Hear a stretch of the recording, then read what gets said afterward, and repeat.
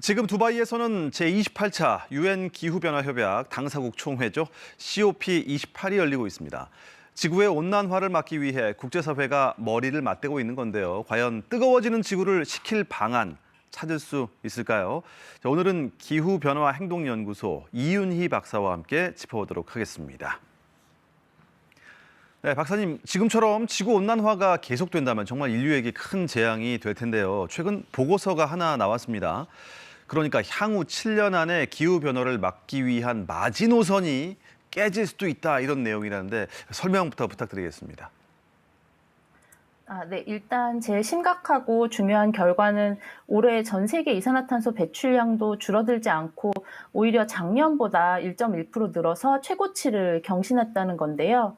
그래서 7년 남았다는 말은 매년 올해와 유사한 양의 온실가스 배출이 계속된다면 1.5도 상승을 막을 수 있는 잔여 탄소량, 그러니까 탄소 예산이 7년이면 바닥이 나게 된다는 뜻입니다.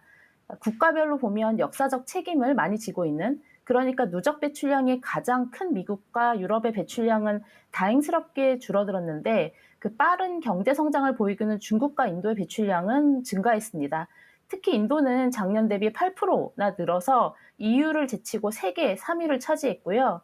우선 종합적인 결과는 그 많은 전문가들이 경고하는 대로 전 세계가 1.5도 목표를 합의한 지 약 5년이 지났는데도 배출량은 줄어들지 않고 오히려 계속 증가해서 기후변화 대응 가능성이 점점 희박해지고 있다는 거라고 볼 수 있습니다.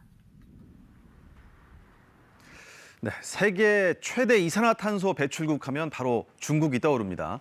올해도 지난해보다 배출량이 4% 증가한 것으로 보고되고 있는데요. 세계 공장으로도 불리는 중국. 자, 이 중국 어떻게 하면 배출량 좀 줄일 수가 있을까요? 네. 그 원인은 중국의 내수 경제 성장도 있겠지만 그 말씀하신 대로 세계 공장이라고 불릴 만큼 중국, 인도 그리고 몇몇 개도국들이 세계인들이 소비하는 제품 생산을 담당하고 있기 때문인데요.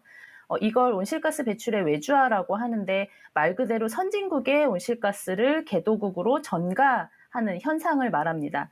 그래서 최근엔 국가별 온실가스 배출량을 소비 기반으로 재계산하고 있는데요.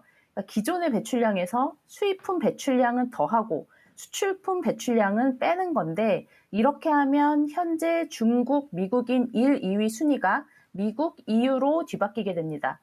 그래서 이렇게 개도국의 온실가스 배출을 줄이려면 첫째, 선진국이 개도국의 생산과 운송 과정에서 발생하는 온실가스를 줄일 수 있도록 재생에너지를 비롯해서 각종 감축 시술과 자금 지원을 해야 되겠고요. 두 번째는 아직 미국인 한 명은 중국인 한 명에 비해서 약 2.8배나 많은 온실가스를 배출하고 있어요. 즉 그만큼 소비량이 많다는 건데 그렇기 때문에 선진국의 과소비를 줄이고 저탄소화해야 할 필요가 있겠습니다. 화석 연료를 대체하기 위한 노력이 전 세계에서 이어지고 있습니다. 특히 이 전기차 보급 늘리기 위해서 애를 쓰고 있는데 어떻게 평가하시나요? 그리고 또 앞으로 더 우리가 집중해야 할 부분은 뭐라고 생각하시는지요? 이 방송을 들으시는 시민분들도 노력하고 있다, 정말 애를 쓰고 있다, 비슷한 얘기를 꽤 오래 들으셨을 텐데요. 하지만 첫 번째 인터뷰 내용에서 말씀드렸듯이 근데 전 세계 온실가스 배출량은 줄어들지 않고 계속 늘어나고 있잖아요. 이 결과를 보면 그 노력이 충분치 않다라고 생각하실 수 있을 겁니다. 기후변화가 가속화되고 있고 원인, 피해, 대책을 사실 알고 있었음에도 불구하고 꽤 오랜 시간 말뿐인 노력을 해온 건데요. 산업구조, 경기 침체, 정책, 시민의 의식 등등 현실적인 한계도 물론 있습니다만 이제는 기후위기가 우리 앞에 놓인 가장 무서운 현실임은 부인할 수 없고요. 우리나라도 이미 2018년도에 폭염이나 작년 강남이나 포항의 폭우를 겪었지만 사실 요즘 유럽이나 미국의 이상기후 현상은 정말 헤어뉴스 보기 무서울 정도로 심각하거든요. 이미 현재의 기술로도 전 세계가 목표한 만큼 기후변화 대응을 할 수 있다는 연구 결과도 있고 실행 사례들도 충분히 있습니다. 다시 한번 강조하지만 이제는 말뿐인 노력이 아니라 정말 실제 온실가스가 줄어드는 노력이 절실하게 필요한 때입니다. 네, 기후변화협약 당사국 총회가 현재 열리고 있습니다만 여러 나라의 이해관계가 얽혀있는 만큼 과연 의미 있는 추가 합의나 선언 나올 수 있을지 궁금합니다. 어떻게 보십니까? 그 당사국 총회가 계속될수록 기후변화가 심각해지고 이해관계가 첨예해지고 있는 게 사실인데요. 그러니까 올해 COP28의 주요 의제는 그러니까 두 가지, 손실과 피해 기금 그리고 화석연료의 단계적 퇴출인데 우선 첫 번째 몇 년 동안 좀 지지부진했던 손실과 피해 기금은 다행히 첫 발은 떼게 됐습니다. 그러니까 이 손실과 피해 기금 이슈는 각 국가가 얼마씩 이 지원금을 부담을 하고 그리고 모인 기금은 어느 국가에 지원할 거냐인데 우선 지원 대상은 기후변화 책임, 그러니까 온실가스 배출량은 적지만 피해는 큰 개도국으로 정해졌고요. 그리고 아랍에미리트나 미국 등 국가별로 기금액을 밝히기도 했습니다. 하지만 실요구에게는 훨씬 못 미쳐서 좀 아직도 비판의 목소리는 있고요.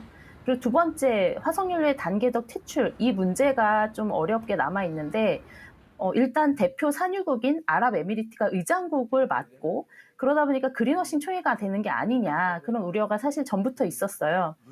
그리고 이게 좀 현실이 되고 있는 상황인데요. 일단 COP28 의장이 총회 전에 화석연료 퇴출 주장에 과학적 근거가 없다고 했다가 좀 논란이 일어서 번복을 했고 그리고 또 사우디아라비아 에너지부 장관이 이 화석연료의 단계적 감축에 대해서 우리는 최종 합의문에 담기는 걸 좀 반대한다라는 그 표명을 해서 이 최종 합의문은 만장일치여야만 통과가 되거든요. 그렇다 보니까 기후변화 대응의 이제 핵심적인 화석연료의 단계적 감축이 좀 제동에 걸리는 게 아니냐라고 계속 우려되고 있는 상황이고요. 마지막 날 극적 합의가 될 수는 있겠지만 이 화석연료 산업과 로비스트의 압력이 계속 거세지다 보니까 좀 긍정적인 기대만은 할 수 없는 상황입니다. 네, 이윤희 박사님 말씀 잘 들었습니다. 고맙습니다. 네, 감사합니다.